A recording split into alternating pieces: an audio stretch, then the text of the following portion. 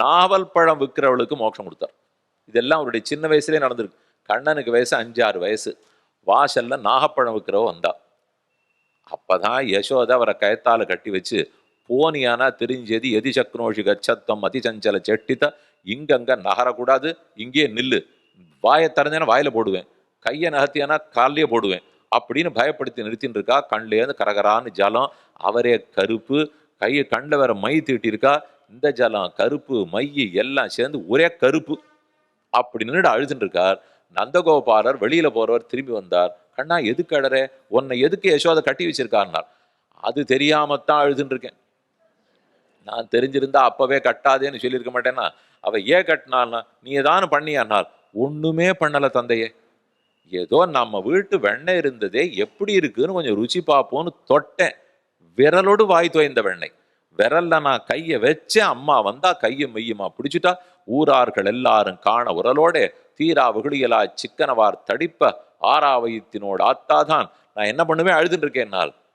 புத்தியே இல்லாம நடந்துக்கிற யசோதே அப்படின்னு கிடுகுன்னு அவுத்து விட்டார். நீ போ, வாசல்ல நாகப்பழக்காரி வந்திருக்கா, உள்ள போய் நெல்ல கை நிறைய எடுத்துக்கோ, வாசல்ல அவளுக்கு குடு, வேண்டிய அளவு நாகப்பழம் வாங்கி சந்தோஷமா சாப்பிடு அப்படின்னு நந்தகோபார தீர்ப்பு சொல்லிட்டார். கண்ணன் பின்கட்டுக்கு ஓடினார், நெல்லெல்லாம் எடுத்துட்டார், வாசல்ல போனார்.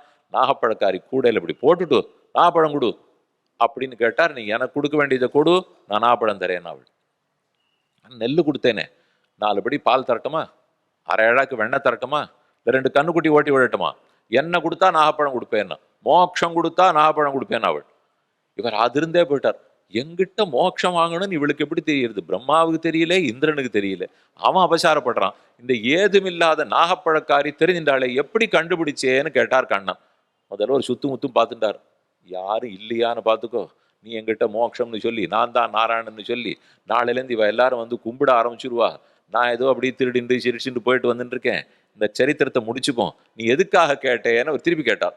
இல்லையா, நீ போடச்சே உன் வலக்கையிலே சக்கர ரேகையை பார்த்தேன், இடக்கையில சங்கு பொரிய பார்த்தேன், நீ தான் திருமால்னு தெரிஞ்சுட்டேன். உன் திருவடியை பார்த்தேன், ஒரு கையில் ஒரு காலில் சக்கரம் ஒரு காலில் சங்கு முன்னடி பொறி தமைந்த இருகாலும் அங்கு எழுதினார் போல் சித்திரங்கள். ஆழ்வார் பெரியாழ்வார் பாடும்போது கண்ணன் ஓட்டமா ஓடுவரான். ஓடி நடத்த பார்த்தா சங்கு சக்கரம் சங்கு சக்கரன் அப்படியே கால் அடி பதிஞ்சிருக்குமா.